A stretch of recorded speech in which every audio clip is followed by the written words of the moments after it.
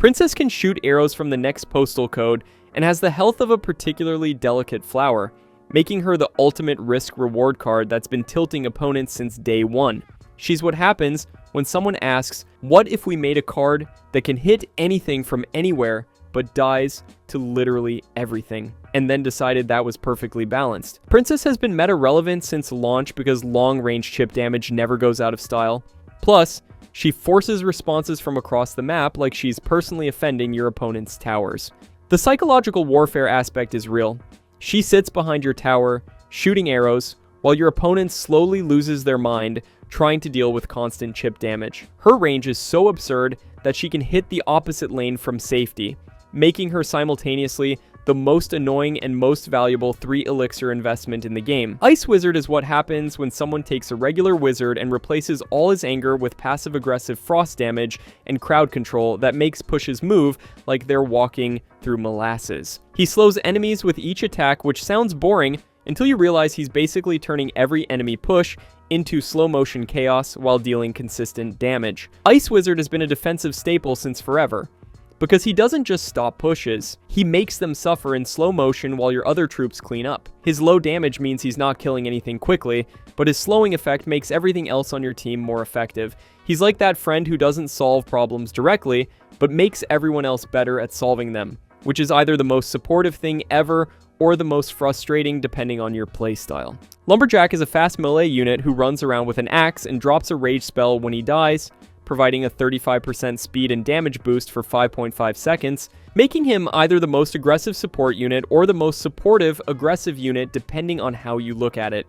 He's what happens when someone combines speed, damage, and post-death benefits into one package that somehow costs only 4 elixir. The rage spell he drops makes everything around him faster and angrier, turning defensive stops into offensive opportunities. Lumberjack is proof that sometimes the best offense is literally running at your problems with an axe while planning to make everything else faster when you inevitably die. His versatility means he works in both beatdown and control strategies, which is rare for a card that looks like it was designed by someone who thinks subtlety is overrated. Sparky is a slow-moving death machine that charges up to deliver devastating area damage, assuming your opponent doesn't just zap her and reset all her hard work like they're turning off a computer. She's what happens when someone designs a card around the concept of high risk, high reward, and then cranks both the risk and reward up to 11. Sparky either single-handedly wins games by deleting entire pushes, or becomes the most expensive lightning rod simulator ever created when opponents have reset spells.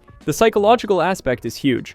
Opponents will completely change their strategy just to counter a single Sparky, which means she's controlling the game even when she's not doing damage. She's like that friend who's either absolutely brilliant or completely useless with no middle ground, and you never know which version you're getting until it's too late to change your mind. Miner is the only card that can appear anywhere on the battlefield, like he has a personal teleportation device, making him either the most versatile card in the game or the most annoying depending on which side of the arena you're on. He's proof that mobility and surprise are more valuable than raw stats, and he's been consistently viable since launch because being unpredictable never goes out of style. Miner can target buildings, tank for other troops, or just appear behind enemy lines to cause chaos and chip damage, though he deals reduced damage to crown towers, 35% of his normal damage, to keep him from being completely broken. His ability to show up anywhere makes every deployment a potential surprise attack, which keeps opponents guessing and forces them to defend everywhere at once. He's like having a personal assassin who can bypass all defenses and show up wherever you need him most, which is either incredibly useful or completely broken depending on your perspective. Lava Hound is a flying tank that splits into 6 smaller lava pups when defeated, because apparently one air unit wasn't enough chaos for the skies above your opponent's towers. She's for players who look at ground-based strategies and think, you know what this needs? More flying things that are harder to target. Lava Hound is the centerpiece of air-based beatdown decks and the reason your opponent suddenly realizes they need more anti-air cards in their collection. Her massive health pool means she'll reach the tower eventually, and when she dies, the 6 lava pups continue the assault like a flying cleanup crew with anger issues. She's the ultimate commitment card. Expensive, slow, but guaranteed to create problems that require specific answers. Playing Lava Hound is basically announcing, I'm going air beatdown, deal with it, and then watching your opponent scramble to find adequate air defense. Electro Wizard spawns with area damage that can clear small troops immediately, then chains attacks between enemies like he's conducting an orchestra of electrical destruction. He's what happens when someone combines spawn damage, reset abilities, and dual targeting into one package that somehow feels fair until you're facing it. His ability to reset Inferno Towers and Sparky while dealing damage to multiple enemies makes him invaluable in the current meta. Electro Wizard is like having a Swiss Army knife that specializes in electrical problems, which covers more situations than you'd expect in a game about cartoon battles. His versatility means he fits into almost any deck archetype, making him one of the most reliable legendary cards for players who want consistent value rather than flashy plays. Bandit becomes invisible while dashing toward enemies, making her either impossible to target during her charge or completely vulnerable if she doesn't have a target to dash to. She's what happens when someone combines mobility, damage, and stealth into a package that costs only 3 elixir and somehow doesn't break the game. Her dash ability lets her avoid damage while covering ground quickly, making her excellent for both offense and defense depending on timing. Bandit is proof that sometimes the best strategy is literally disappearing while running at your problems, which is either genius or insane depending on your life philosophy. Her ability to become untargetable during charges makes her incredibly frustrating to deal with when timed correctly, but completely useless when there's nothing to charge at. Night Witch spawns bats every 5 seconds and releases 1 bat when she dies, making her either a value engine that never stops producing or an expensive liability that dies too quickly to matter. She's what happens when someone takes the regular witch and replaces skeletons with flying problems that are harder to clear with spells. Her bats provide consistent DPS and chip damage, while being small enough to avoid most area damage spells. Night Witch works best behind tanks where she can spawn bats safely, turning expensive pushes into swarm nightmares that require multiple answers. She's like having a personal bat factory that keeps producing problems for your opponent until they find a way to shut down the source, which is either incredibly annoying or incredibly satisfying depending on whose side you're on. Inferno Dragon is a flying unit with ramping damage similar to Inferno Tower, except he can move around and target different things, making him either incredibly versatile or easily distracted depending on the situation. Starts with low damage but ramps up to tank melting levels if left alone, which means timing and protection are everything. Inferno Dragon can single-handedly stop massive pushes or get completely shut down by small troops and reset spells, making him the definition of high-risk, high-reward gameplay. His flying ability means he can avoid ground troops while melting tanks, but also makes him vulnerable to air-targeting units and spells.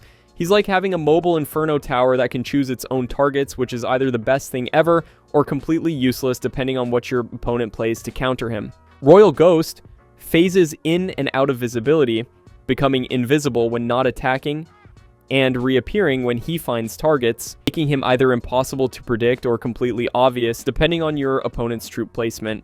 He's what happens when stealth mechanics meet area damage in a package that costs only 3 elixir and somehow feels balanced. His invisibility makes him excellent for surprise attacks and defensive value, but his area damage means he's also useful against swarms. Royal Ghost is proof that sometimes the best strategy is literally not being visible until you're ready to cause problems, which works in both Clash Royale and real life. His ability to phase out makes him incredibly hard to target with spells and single target troops, but completely vulnerable when he's forced to attack and become visible. Magic Archer shoots projectiles that pierce through multiple enemies, making him either incredibly valuable for clearing lines of troops or completely useless if enemies aren't lined up properly. He's what happens when someone combines long range, piercing damage, and decent health into a package that requires actual positioning skills to use effectively.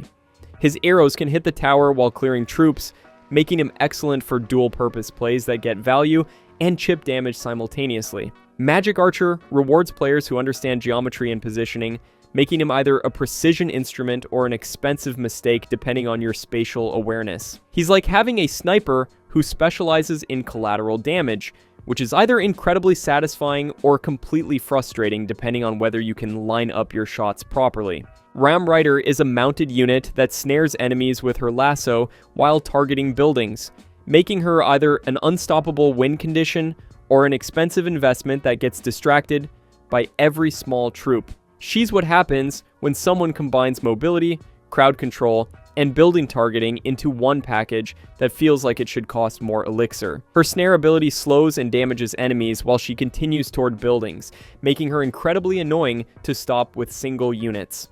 Ram Rider is proof that sometimes the best offense combines direct damage with crowd control, creating situations where opponents need multiple answers to stop one threat. She's like having a cowgirl who specializes in building destruction and enemy annoyance, which is either incredibly effective or completely countered depending on your opponent's defensive setup. Fisherman can pull enemies toward himself with his hook or pull himself to buildings, making him either incredibly versatile for positioning plays or completely useless if you don't understand how to use his abilities.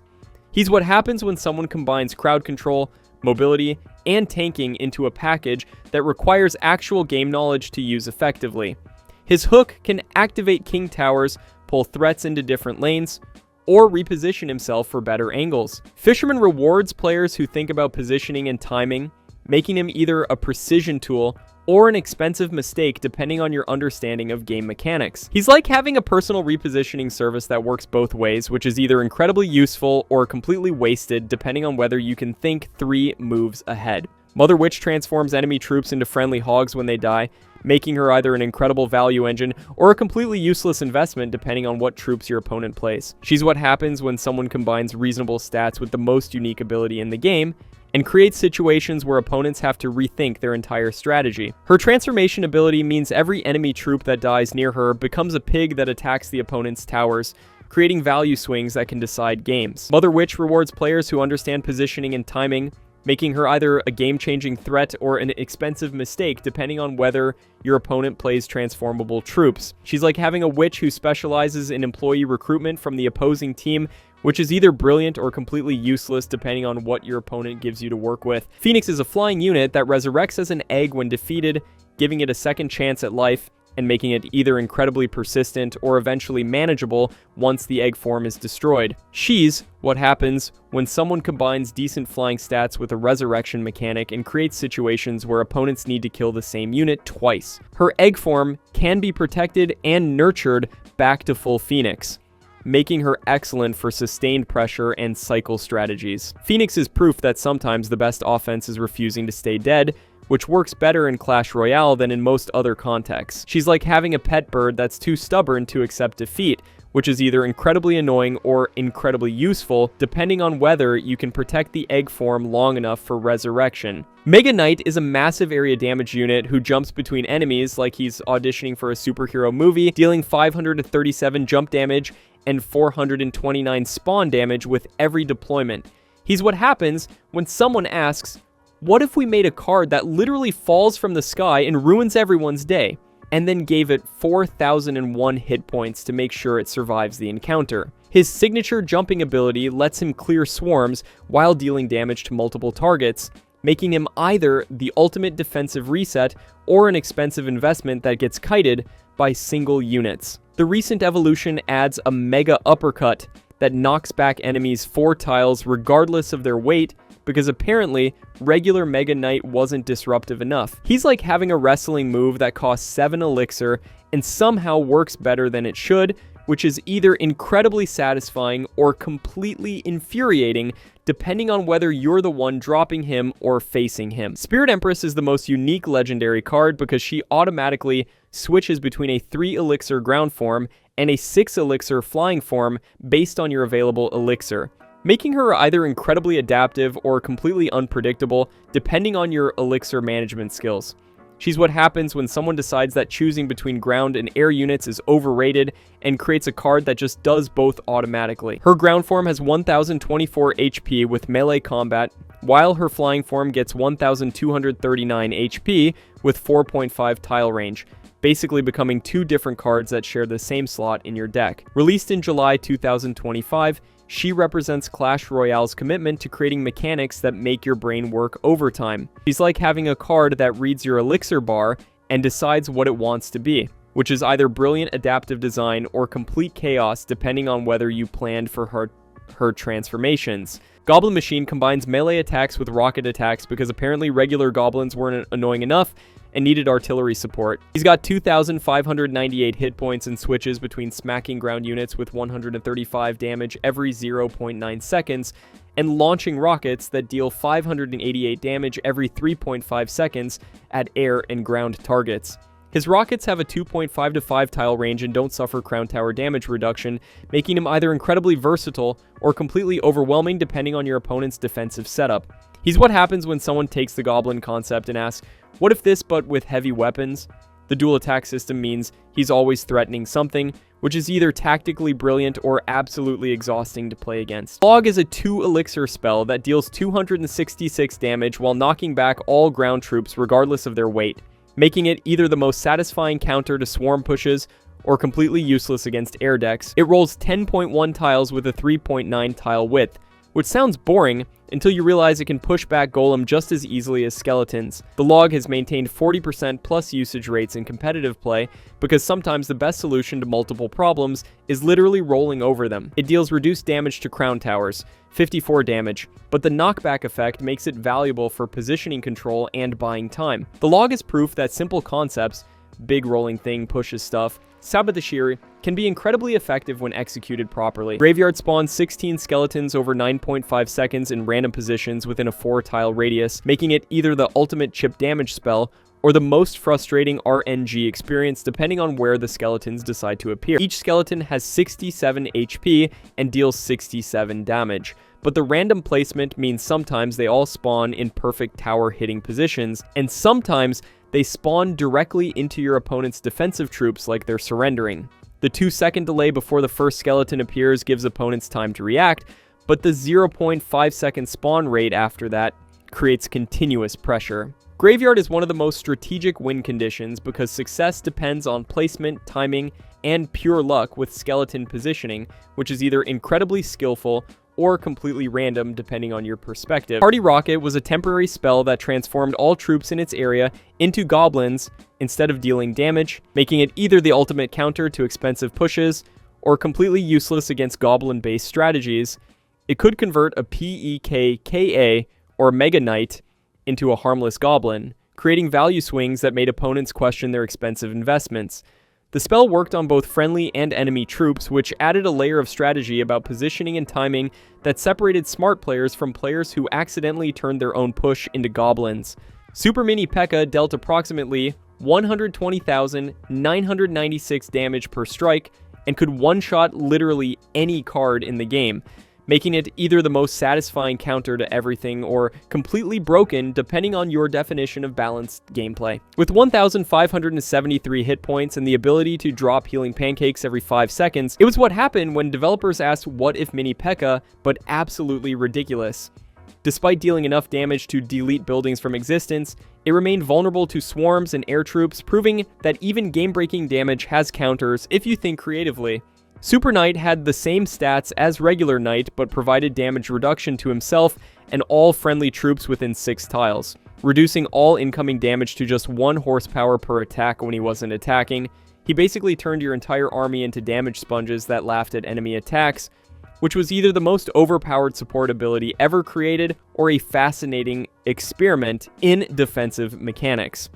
The 6-tile radius meant careful positioning could make entire pushes nearly invincible, creating situations where opponents needed to target the Super Knight first, or watch their damage become completely meaningless. Santa Hog Rider dropped presents every 3 seconds that gave friendly troops random buffs including invisibility, rage, clone, or heal effects, making every deployment a Christmas morning surprise that could either save your push or do absolutely nothing useful. With 1,694 hit points and 320 damage, he had better stats than regular Hog Rider, plus the present dropping gimmick that made him incredibly unpredictable. The randomness meant you never knew if your troops would become invisible super soldiers or just get a minor heal, which was either incredibly exciting or completely frustrating depending on your luck with gift RNG.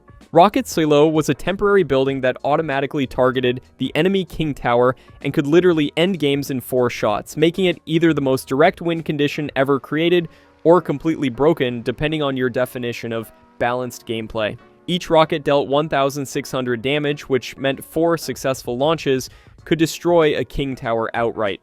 No chip damage, no buildup, just pure mathematical deletion of your opponent's main defense. With 2,905 horsepower at max level, the highest of any building, It had a charging phase before firing and could only be placed in designated areas on your side, which was probably the only thing preventing it from being completely game-breaking. The concept of a building that just wins games automatically if left alone was either brilliant or terrifying, and honestly, it's probably better that this remained a temporary experiment rather than becoming a permanent fixture in the meta. Super Magic Archer was a temporary card with the most unique ability in Clash Royale history. He could convert enemy troops to your side by shooting magic arrows that hypnotize them into switching teams. He had extremely low individual damage but could affect multiple units simultaneously by shooting arrows that passed through enemies, potentially turning entire pushes against themselves. The card essentially turned enemy investments into your advantage, which was either the most satisfying counterplay mechanic ever created or completely unfair depending on whether you were the one doing the converting. Lightning was considered the primary counter because it could delete him before he started his hypnotic shenanigans. But if left alone, he could turn expensive enemy pushes into your own army through pure magical persuasion. Super Ice Golem was a building targeting troop that exploded upon death and froze all nearby enemies in a significant area of effect, making him either the ultimate area denial tool or the most annoying tank ever created. With moderate hit points, 121 damage, and very slow speed, he wasn't winning any races, but his death freeze could completely stop enemy pushes while your other troops cleaned up the immobilized enemies. The freeze effect upon destruction made him useful for both offense and area denial. He could freeze defending troops to help your push, or freeze attacking troops to stop theirs. It was like having a walking freeze spell that also tanked damage, which was either incredibly strategic or completely broken, depending on how much you enjoyed watching enemy troops stand still while getting demolished. Super Archers were two enhanced archers who could fire piercing arrows that traveled 10 tiles, dealing damage and knocking back every troop they passed through like they were bowling pins.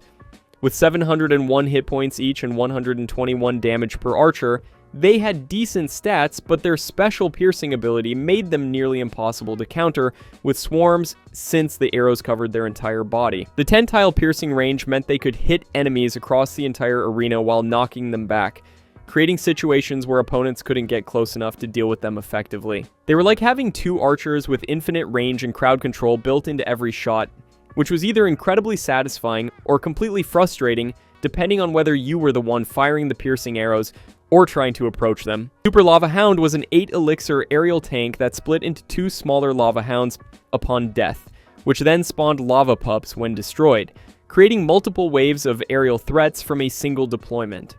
With 3,388 hit points and building targeting behavior, it was like regular Lava Hound but with even more post-death chaos and a higher elixir cost to match its enhanced annoyance factor.